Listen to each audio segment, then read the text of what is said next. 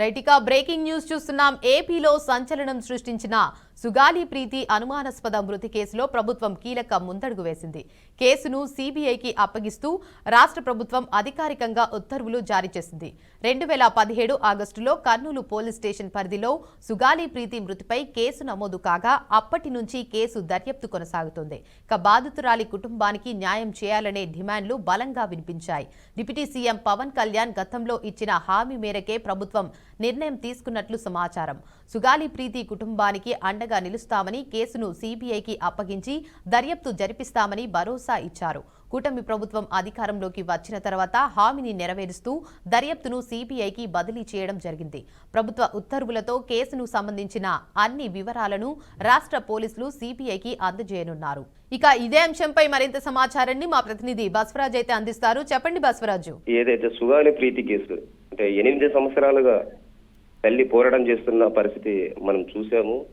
అయితే తన కూతుర్ని అత్యాచారం చేసి హత్య చేశారు, అయినా కూడా న్యాయం జరగలేదని ఆ తల్లిదండ్రులు పడుతున్న కష్టాలు అన్నింటినీ కావు. ఎడతెరిపి లేని పోరాటంతో ఎట్టకేలకు కూటమి ప్రభుత్వం స్పందించిన పరిస్థితులు మనం చూస్తా ఉన్నాం.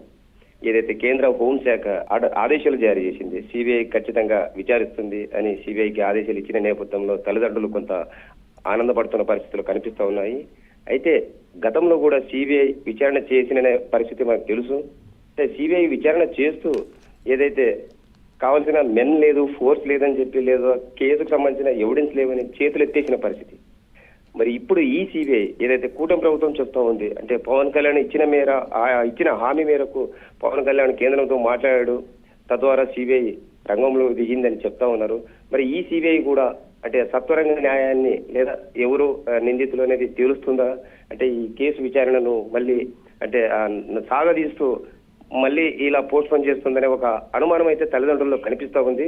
వాళ్ళ పేరెంట్స్ ని తట్టి చూసినప్పుడు సిబిఐకు ఆదేశాలు ఇవ్వడం సంతోషకరమైన ఒకవైపు చెప్తూ కూడా గతంలో కూడా సిబిఐకి ఇచ్చారు, బట్ గతంలో సిబిఐ చేతులు ఎత్తేసిన పరిస్థితి. మరి ఈ పరిస్థితుల్లో ఇప్పుడైనా ఖచ్చితంగా సిబిఐ అంటే నిందితులు ఎవరైతే కట్టమంచి రామలింగారెడ్డి స్కూల్కి సంబంధించిన వాళ్ళు ఎవరైతే ఉన్నారో వాళ్ళంతా కూడా అంటే శిక్షించాలి, వాళ్ళకి ఖచ్చితంగా కఠిన శిక్ష పడాలని వాళ్ళు డిమాండ్ చేస్తున్న పరిస్థితి. మరి ఎట్టకేలకు అంటే స్థానిక పోలీసులు అంటే గత 2017 ఆగస్టులో ఈ దారుణం జరిగింది. అప్పటికి సంబంధించిన కేసు పూర్వపరాలు లేదా రికార్డులు ఇవన్నీ కూడా సిబిఐకి వీళ్ళు సివిల్ పోలీసులు హ్యాండ్ ఓవర్ చేయాల్సి ఉంటుంది.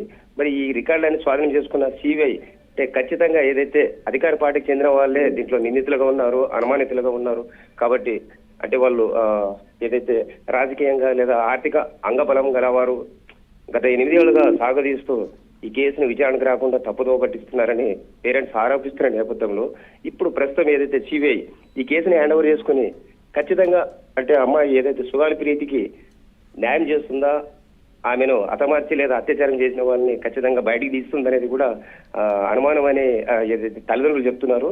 మరి వాళ్ళ అనుమానాన్ని నివృత్తి చేయాలంటే ఖచ్చితంగా కూటమి ప్రభుత్వం చిత్తశుద్ధిగా ఉండాలి. అదేవిధంగా కేంద్రం కూడా అంటే ఒక బాలిక పట్ల లేదా అవంశవంతులని ఒక అమ్మాయి 10వ తరగతి చదువుతున్న అమ్మాయి ఈ విధంగా అయింది కాబట్టి ఈమెకు ఖచ్చితంగా న్యాయం చేసి అంటే దేశం మొత్తం మీద అమ్మాయిలకు కానీ మహిళలకు కానీ ప్రభుత్వాలు ఉన్నాయి, చట్టాలు ఉన్నాయి అనే ఒక భరోసా ఇవ్వాల్సిన పరిస్థితి ఎంతైనా ఉంది. మరి ఏ విధంగా జరుగుతుందో చూడాలి దేవిక మరి ముందు. Right, thank you for the update Baswaraj.